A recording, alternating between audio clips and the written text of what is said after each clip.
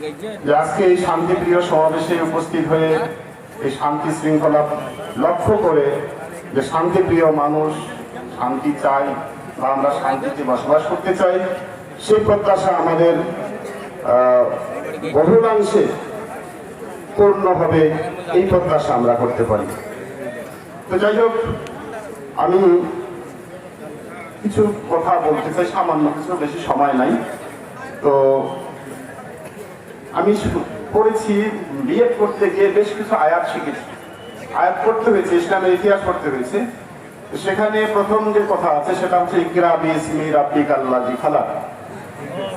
তো এখানে প্রথম কথাটাই হচ্ছে ইকরা, পড়ো, ইকরা বিসমি রাব্বিকাল লাযী খালাক, অর্থাৎ পড়ো তোমার প্রভুর নামে, যিনি তোমাকে এক বিন্দু রক্ত থেকে সৃষ্টি করেছেন। শুধু তিনি আমাকে সৃষ্টি করেননি, এই আকাশ বাতাস